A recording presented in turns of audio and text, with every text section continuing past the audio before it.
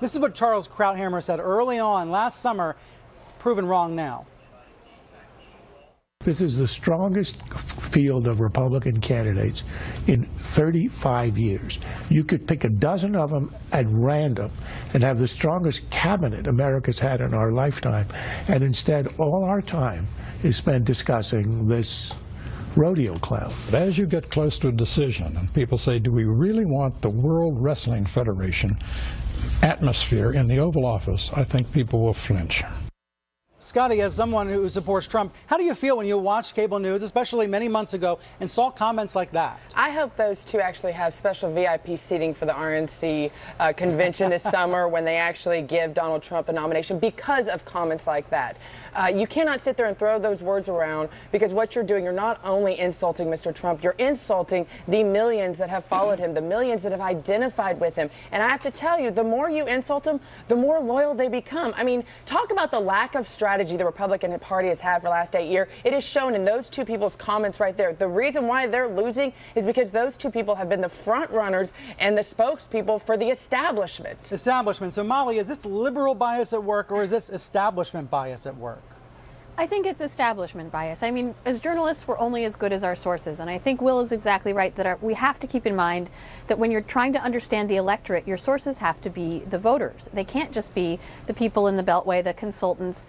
And we can't be making predictions based on history when something historically anomalous, like I think Trump is, can come along and shatter all of those preconceptions. You know, I think the point about the Tea Party is also a really good point, because there was a lot of attention paid to the Tea Party. That was the last sort of unforeseen uprising of the Republican base. But in that case, it was channeled into the conservative movement. So I think a lot of people looked at that and expected that the kind of candidate who would do well with that segment of the base was someone more like Ted Cruz or even Marco Rubio, someone who spoke to conservative policies. Trump isn't really doing that. You know, Trump has this agenda that blows up the Republican platform, takes a lot of idiosyncratic stances that aren't in line with sort of the conservative intelligentsia.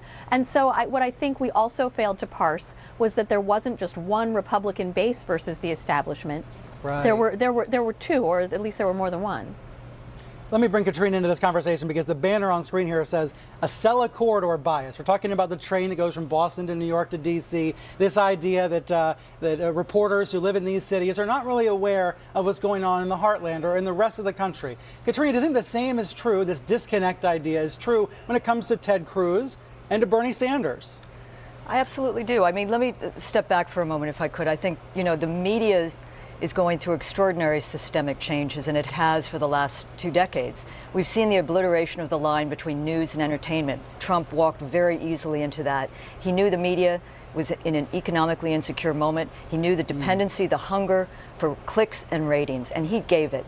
And if journalists had been paying more attention and talking to the crowds rather than going with the spectacle of the lavish, obscene over-coverage of Trump last summer, I think we would have learned a lot more. Yeah, to be sure.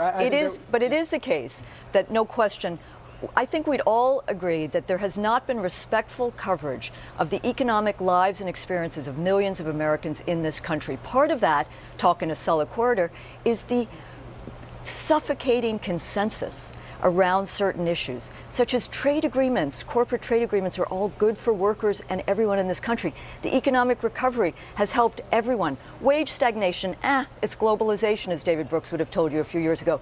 So I think we need to look hard at how you bring back news values, which have been trumped by profit making, how you bring back real journalism that speaks to people in this country, as Will said. But the problem, as we all know, is newsrooms have been gutted. So you don't have a guy, a woman covering economically, laid off factory workers. You have people sitting in New York or Washington making decisions that don't reflect so much of what's happening in this great country. It does get to something I've said on the program before, which is the people who you see on television, usually the people who decide what stories are on the front page, tend to make more money than the average person reading or watching. Certainly there are lots of journalists out there, lots of beat reporters who are making relatively similar wages to the average American. But the decision makers, especially in that New York to D.C. sort of region, are making more. That means they might not be entirely connected to the struggles other Americans face. And I think that's what you're touching on when you talk about that divide. You do have to understand.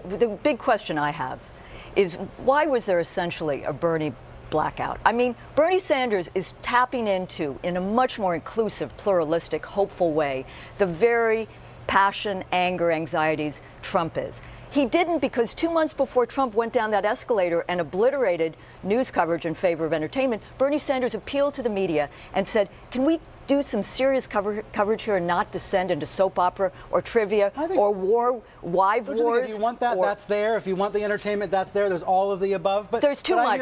There's too much, and the airwaves belong to the people in this country. But there was so little on Bernie.